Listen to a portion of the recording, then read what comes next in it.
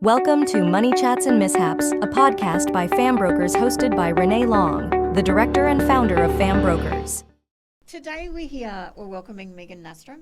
She is the co-founder of Ultra Homes, has amazing skills in design, marketing and many other peripheral talents that we will sort of embellish on. It's just a conversation. We're just chatting about how design, staging and things can impact and support you. So just to introduce yourself, tell us what Ultra Homes is, what you do for people, what you provide people, and how staging and styling impacts when you're purchasing a house or selling your house. Okay, well that's a lot to take in. So Ultra Living Homes has been around since 2016. Wow, nice. We're a diversified building company, so... Yeah, beautiful homes. Thank you.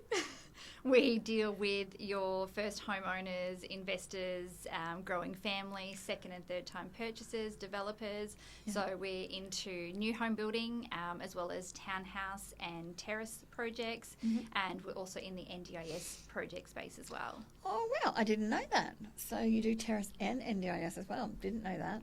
You've got some great first home products. You've got some beautiful homes. We do. So we cater for all levels of the market, and you can purchase off the plan with us, or you can actually come with your own design and we can assist you to actually custom that's design fantastic. that for you. So there's not many actual builders now that want to change or do that. So you usually have to use the architect's builder so that's fantastic. Yeah. So getting those new homes is... You get what you want. Absolutely. And you get that whole experience. Having a lot of first home buyers and second and third homes. I love the investors, don't get me wrong. But when people are buying their own home, they're so impassioned. It's their life. They are. And it's their love bubble. So, yeah, sorry, I cut you off. No, that's okay. So I guess that in a nutshell is Ultra Living Homes, and nice. we've got display homes across southeast Queensland. We've recently won a HAA Queensland Display Home of the Year. Very nice. Whereabouts? Which one? That one's at Skyridge on the Gold Coast at Wurrunggeri. At Wurrunggeri, yeah. So the Wurrunggeri development's amazing, and hasn't it come? Like, it's got some beautiful homes there. It's got stunning congratulations. homes. Yes, it's fantastic. Thank you. And encompassing display homes. So for us, it's all about showing a point of difference. So we're quite bold in that we're happy to sort of, push beyond the boundaries. So with this particular home, what would you think if I said to you, when you open your front door, you're actually still outside? Oh, wow. Quite intriguing, right? Yeah. So we've designed a 2-story Mediterranean-style home where when you walk inside, you actually come into a breezeway and open courtyard. Oh, and so there's sort of a lovely. secondary dwelling to the side, and then as you go through the breezeway, you then enter another main door that gets you into your kitchen, living, dining area. Oh, wow. So fantastic. It's very special. It's very unique. Wow. And that is, again, one of our points of difference in design flair, that you can pretty much have whatever you want. And part of our job is to, allow those dreams to fruition. Yeah. That's fantastic. So that's really groundbreaking stuff. Absolutely. That's amazing. Yes. So... if somebody was selling their property, or if somebody was wanting to move into their first, second or third home, staging's really important. And that interior feel and look. What tips would you talk to people about, and how do you just explain why it's so important, and some things that you would talk to somebody about or you get asked a lot about? So you're the subject matter expert. So it's very important in terms of initially marketability, and a lot of real estate agents will talk to you about marketability. Yeah. So it's got to have that, aesthetic look and feel that wants to grab someone. Yeah. And with people scrolling through numerous houses online, if you can attract them visually, they're going to click. And that's what you want. You want the volume, you want the numbers. And the more pool of people there are, the better chance you've got of getting higher bids. And so that's it's like staging. real estate Tinder. Yes. Swipe right or swipe left. Yes. This is the one I want to go see. That's a good way of putting it. Absolutely. So it is very important. And then I guess beyond that, it's about, keeping things simple, keeping things in tune and in line with the style and theme of the house. So you wouldn't have a sort of a country cottage with industrial furniture. Yeah. It's got to mix, it's got to marry up. And then there's that usual less is more. And particularly when we're trying to sell, you're wanting to create this emotional connection. So it's about decluttering and taking away your personal belongings and your picture frames. And that's the hardest thing. So I'm doing a lot of bridging loans so people can build their next forever home. Yep. And they've said they've asked me to declutter because they're putting the house on the market. I would have 50% of my loans at the moment bridging because they're wanting to build somewhere. Yeah. And that's the hardest part for people. So how could somebody declutter and still provide that style and keep something of themselves there? So what would you say would be something that they didn't have to take out so then they can hold on to something so it makes the decluttering easier? Yeah, look, artwork tends to be quite personal. Yeah. So I would certainly... They can make a statement too. So I would certainly be keeping that up. Yeah. And often, little knickknacks and little vases and bowls, they're often gifts. So I would be inclined to say, keep those special things out. But definitely in terms of your picture frames, it's put them away, and it's no reflection on the seller. It's the fact that a buyer wants to come in and they want to be able to envision themselves in this home, and you want them to start going, oh, my bed would look great over there and the couch will fit perfectly in the corner. And the more you have going on in the home, the harder it actually is for those people to visualise where things are going to go. Yeah. Wow. So, it is. It's really hard. So if somebody is moving into a property and they want that staging look but warm and friendly, they go into a display home. I know when I bought my first home and my second home and my third home, we walked into so many display homes, and the ones we chose were the ones that connected with us the most. Yes. I'm like, oh my God, I so want that. And sometimes you take ideas away from that. So I think they're a wonderful palette for somebody to bring home. But what would you say, like, for somebody that's actually purchasing a home and they want it to look like your award-winning house inside, but they think they can't afford it or something like that, can they take a key concept or something? What would you suggest for them to stage the home so it looks like a display home because that's what they want? Absolutely, and I think you can definitely cherry pick, what you want to take. Yeah. So if affordability is an issue, think about, I guess, the open areas of the home. So maybe don't worry so much about the bedrooms where people don't see, but put your focus on maybe one or two statement pieces in the lounge room and the dining room, so that when people come into your house, they've got that, oh, wow, look at this. Yeah. They don't need to see the bedrooms. Yeah. That's where we reside. You don't want to go in there. Oh, wow, that's a fantastic idea. That's really great. So what do you think about when people's minds blow up? Okay, they really do. And then, so to stop people overbuying, because we all do that. I don't know, I might do that a little bit more than some. My bad here. But people overbuy as well for staging purposes or for moving in purposes. Yeah. And that's the time when you buy and want your house to be beautiful and like outdoor furniture, and they've got 4 dogs that weigh 60 kilos each. Yeah. Those things that you need to take into account as well that people don't. Yeah. So I think one of the worst things you can do is pre-purchase too much. And this is something I've learned in staging from way back when. Yeah. I thought that in order to stage, I had to have every single item that I was going to put in the house in stock, ready to go. And I've learned along the way that's not the case. So now it's a process of, and this is for anyone wanting to put new furniture in a home. Yeah. Start with those bigger items.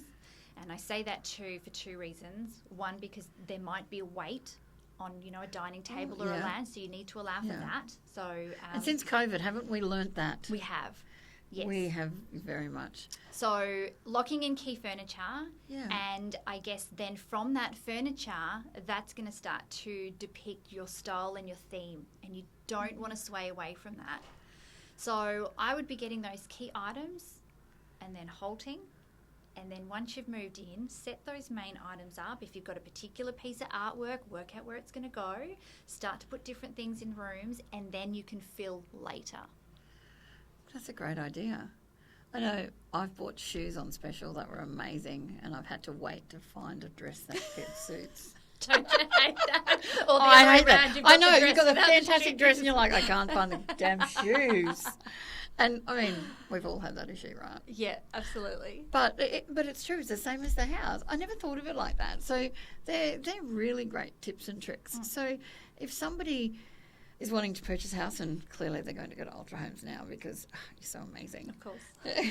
So what would you say to somebody, like, what are the key things for the design inside the home that people will often come back to you or say, oh, the linen cover wasn't big enough. Oh, I thought I should have put in a 1/2 metre extra bench top. The island wasn't as big as I wanted. The display home had those pull in and around ergo kitchen cabinets, but I didn't pick them. So what would you say to somebody that's going to come and build a property, things to ask for when they come in? Yeah. And the second part of the conversation is, what do people mostly come back to you with where they've forgotten they should have the shoulda, woulda, coulda ones, because you would get a lot of those. And that's actually everyone who's built. They will even, the most organised will be, I should have done this, or I should have done that. Yeah. But in terms of what to look for and what to ask, it's really being mindful of your plan. Your plan is your foundation, and everything grows from there. So my suggestion would be to grab like a garage space or a large driveway space and chalk out or grab some masking tape and tape out the size of your room.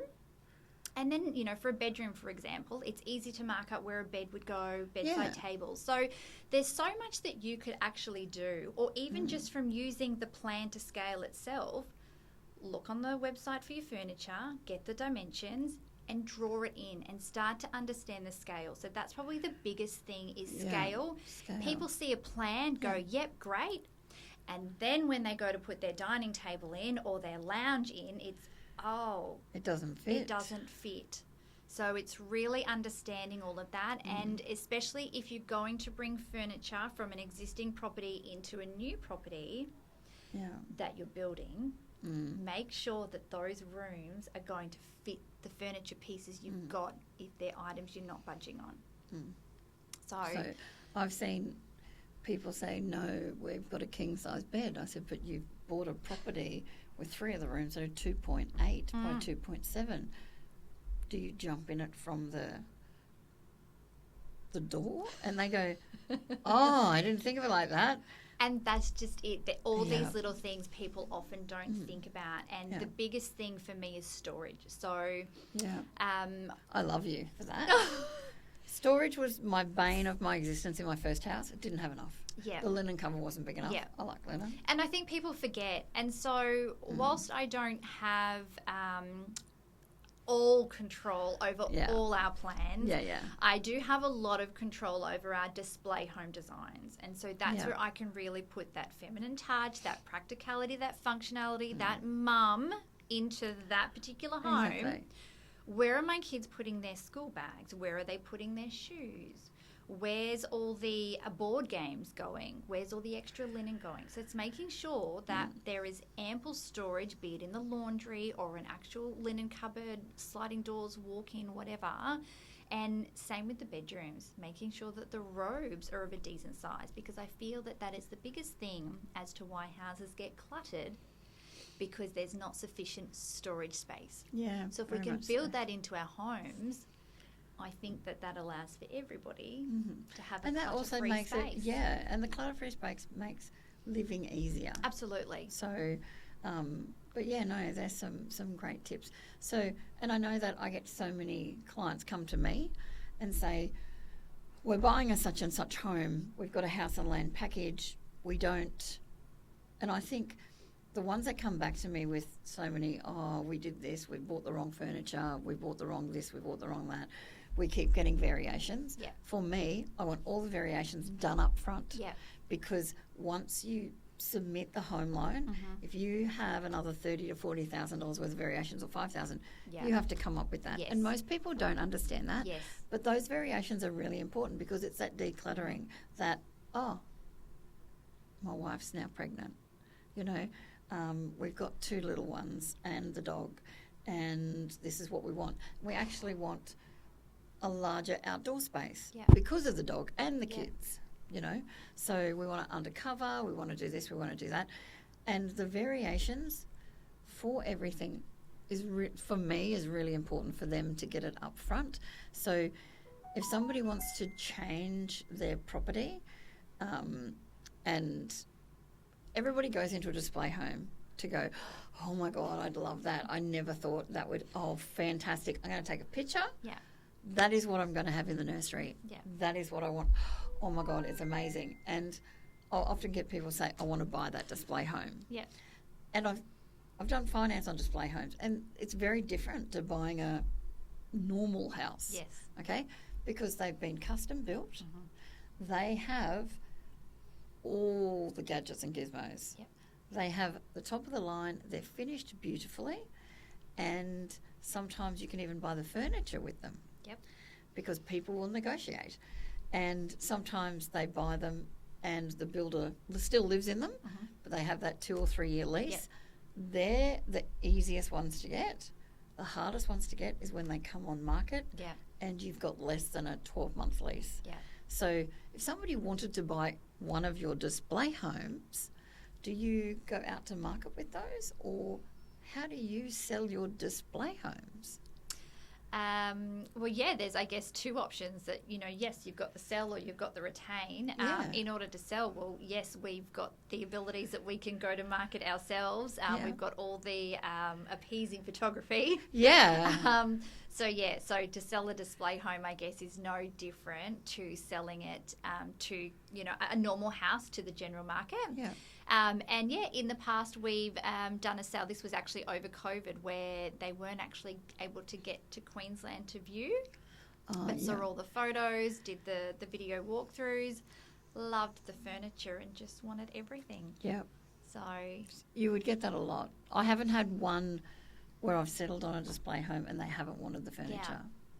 And it's like, okay, I can't put the furniture in the price of the property, so we have to do a split It's just contract, like a glove when it comes to display homes and furniture. They just fit. Yeah, exactly, because it's been perfectly spaced. You're the designer. You know what to put where to make it beautiful. Yeah. And when people move into their own homes, they want that too. And if they're buying a display home, what would you say to somebody, a first home buyer? So I do a lot of first home buyers. What would you say to a first home buyer when they're coming into one of your display homes to talk to a sales consultant? Yep. Or they've gone online and they want to send something through. What would you say the top 3 things that they should ask you that would help you and them get to where they wanted to be? Because most people go in blind with things that they think is important, which isn't. Yeah. It's important, but it's not what they need to ask for. So I think if you're a first home purchaser, you don't want to be daunted by the process. And as you said earlier, you only know what you know. Yeah. So I, in somebody's shoes, would be asking and clarifying the inclusions. Yeah. And really having full understanding. Some people are quite visual. Yeah. So, it could be a difference of, assuming you're getting something and then you turn up to your house and go, oh, I didn't think I was getting that. So really making sure you've got an understanding of what your inclusions are. Yeah. And then leaning into sort of variations, acknowledging what your fixed price contract is. And if there were to be any variations, that you get that looked at up front so that you're aware of what your full and total costs are, so that there's no scaries or nasties lurking elsewhere. And I think probably just, update, just, through the entire process, seeking updates, and I guess, using it as a learning experience of understanding, the different stages and, what goes into a home. Oh, that's fantastic. So I had, and this is my memorable, so this is my funny story. You can tell us a funny story. So I had the most beautiful looking couple I've ever had. Okay? And they'll know who they are when they watch this as well, because they're still a client. When the houses were being built, they would sneak on site, and you're not allowed to do that. No. Okay? That's a big no-no. So a lot of first-home buyers think, I can go through the house when the frame's up, I can break in. They broke into the house to go around, and they did selfies. But there's cameras set up in the homes. Yes. So on the Monday morning, the realtor who had sold from it was a development, contacted me and said, we're about to have a 3-way conversation with the builder. And I'm like, oh dear Lord, what happened? What's going on? I said, we've already got finance. Why are you talking to me? Because they won't take our calls.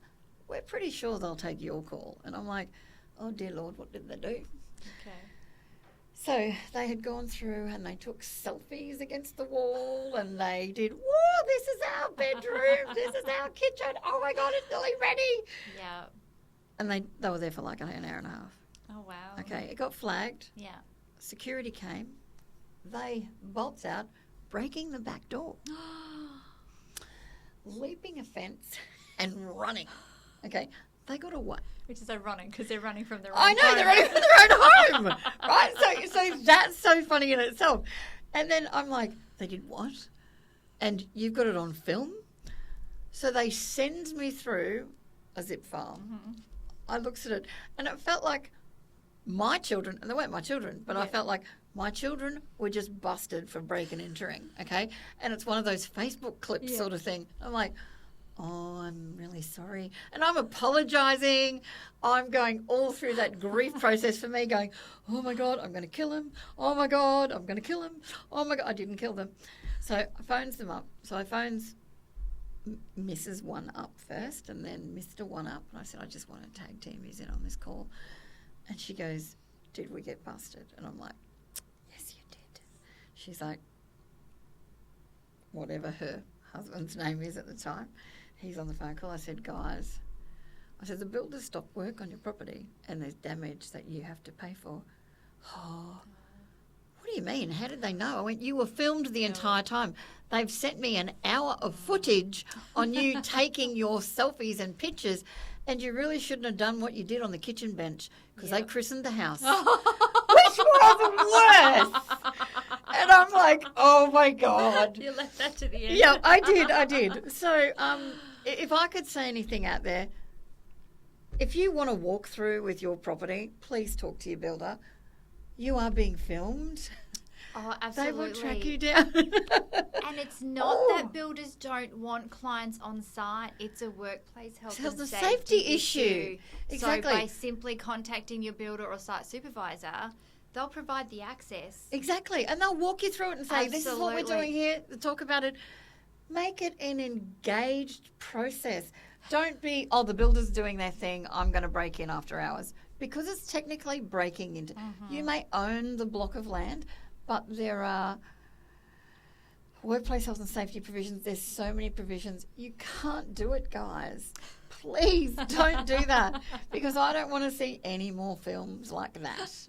Okay? But yeah, they did. And they're like, you know the bits we didn't... So in the first conversation, they said, you know the bits we didn't send you through. And I'm like, what? They said they christened the house. And I'm like... Oh, like, and in my mind, I'm Titanic, smashing the... No, and then they explained it, and I'm like, oh. And having that conversation with a client is difficult in itself.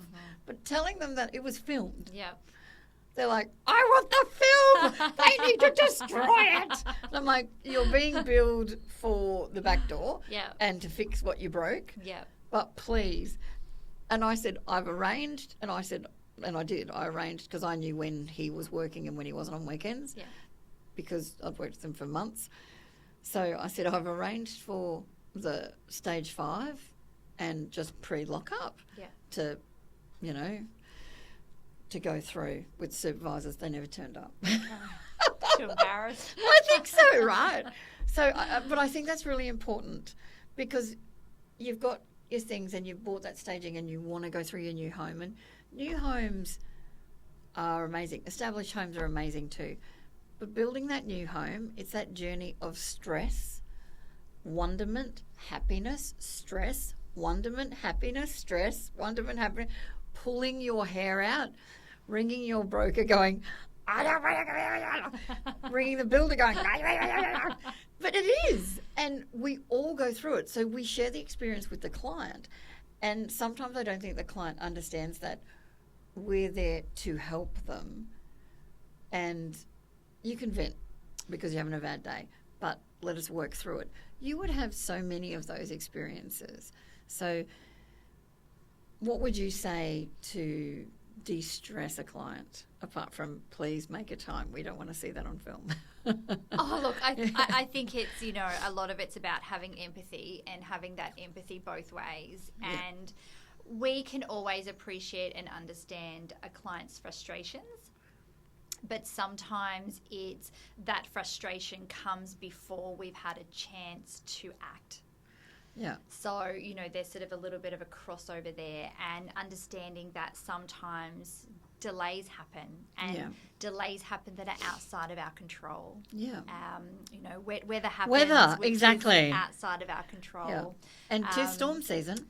Well, absolutely. And over COVID, we had timber issues. So where once there was no problems getting a frame, we were then told, that client needs to wait 2 months, and that one, they're 3 months away, they're 4 months away.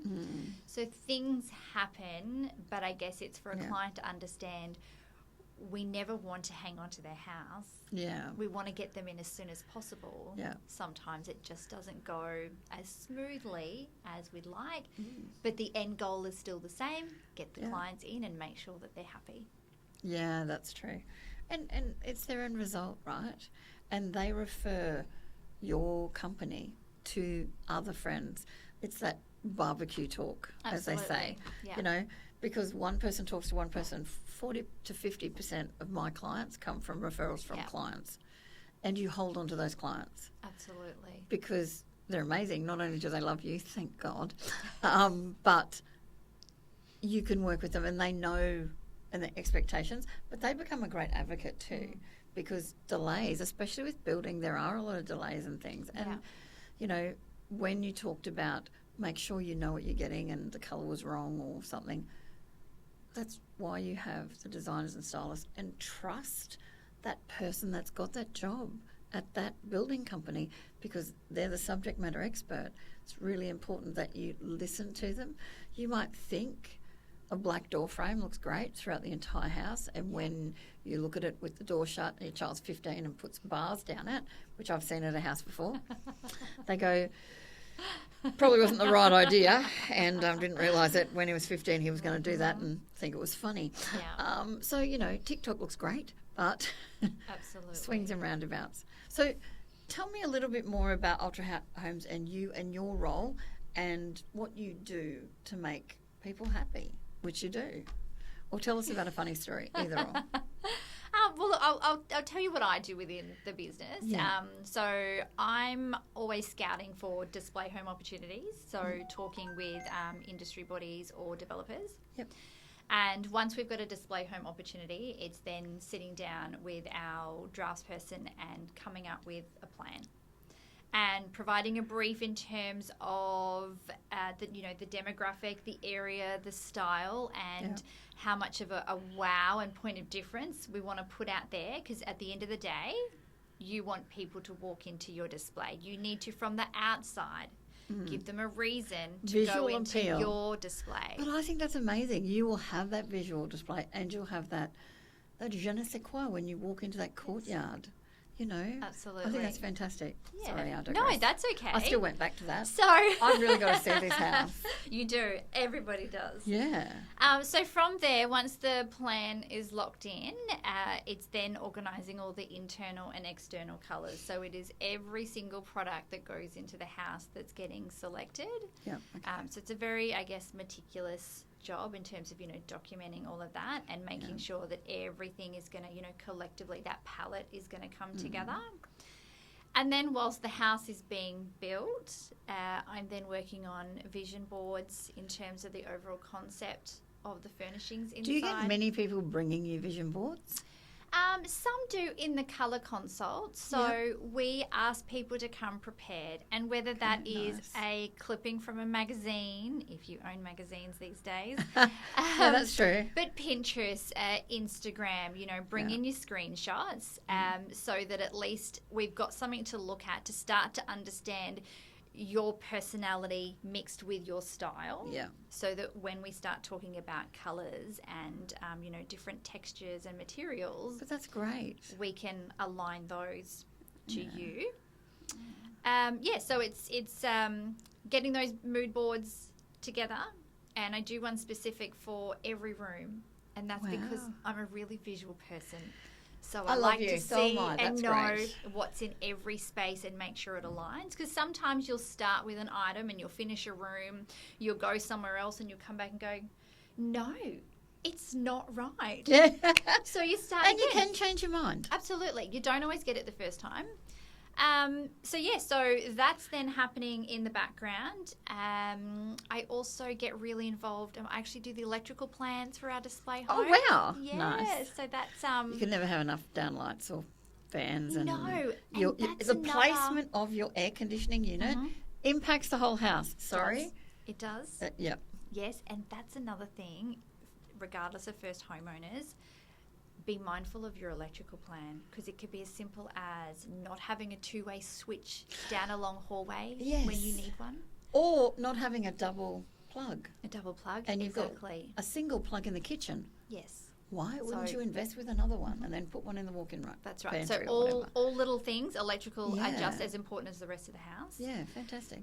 So I'll do the electrical plan. I go through the electrical rough-in so that I make sure that, my PowerPoints are where they are. So this is another big tip. When PowerPoints are being placed in a bedroom, for example, you don't want them to be too far on the outsides, because when you put your bed and your bedside tables, you're then going to have visible PowerPoints. So you want to do sort of those measurements to make sure it's going to be in behind your bedside tables. So it's little things like that That make a huge difference. they do. Yeah. Yes, That visual aesthetic for them. absolutely. And if they're selling their house, it's the same thing. So no matter where it is, those electricals are vital. Absolutely. Can you get fairy lights added in? Just putting it out there. We would probably say after handover, you're more than welcome to put up as many fairy lights as you like. I've seen so many places that you go in, and if it's after hours, they've all got fairy lights or something underneath somewhere. Yeah. And you can tell the ones that have been in their house a long time with kids that are teenagers now. They've got that big ass tree out the back with fairy lights going up. Yes. And you're like, oh, doesn't that look great? Kids can't climb it now, can they? No. Yeah. They might try. So to wrap things up, I just want to thank you so very much for coming and giving us those gold nugget moments and having that conversation with me for the clients and everyone out there. It's that educational piece. Can you, and one thing, as you know, it either has to be a funny story or a dad, mum, nana joke. Okay. So what have you got for us to Oh my end God. off? You're putting me on the spot. Pressure now. Oh, my Remember, goodness. christening the house was a funny? Oh, Yes. it was dear, oh dear. Oh, look. Or something what not to do. Yeah, no, look, I wouldn't say this is, it's not a funny joke, but I'll go personal. Oh, lovely.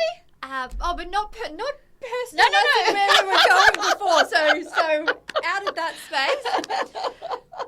Because we're a family-owned business. Yeah. We've got 2 girls. We incorporate them a lot in what we do. So Nice.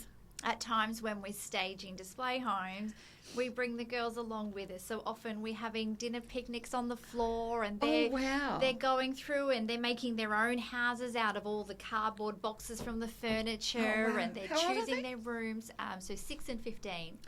Oh, wow. So it's very nice when you've got the ability to bring your children into your own That makes world. it beautiful. It's lovely. I like the fact that they can do the drawings and the... A cardboard box. That is all kids need, a cardboard box. I think everybody should buy a new fridge at Christmas. And Absolutely. make that sucker Fridge, into a washing coming machine, house. dishwasher. Those boxes last for ages. You spend hundreds and thousands of dollars on children at Christmas. You give them a box up until even All the they 15. need. Yep. That's all they need. All they need. They want to paint it. They want to do something. right. There's a flap. They'll Yep. hide in it. And it's like, wow. All they need to do is buy white goods. Who knew? Who knew? Oh, look, thank you so much for your time. And if anybody wants to contact somebody from Ultra Homes, what is your website and how can we contact you? The website is www.ultralivinghomes.com.au, or they can call the office, which is based at Arundel, on 5529 0481. Thank you very much. Thanks, Renae.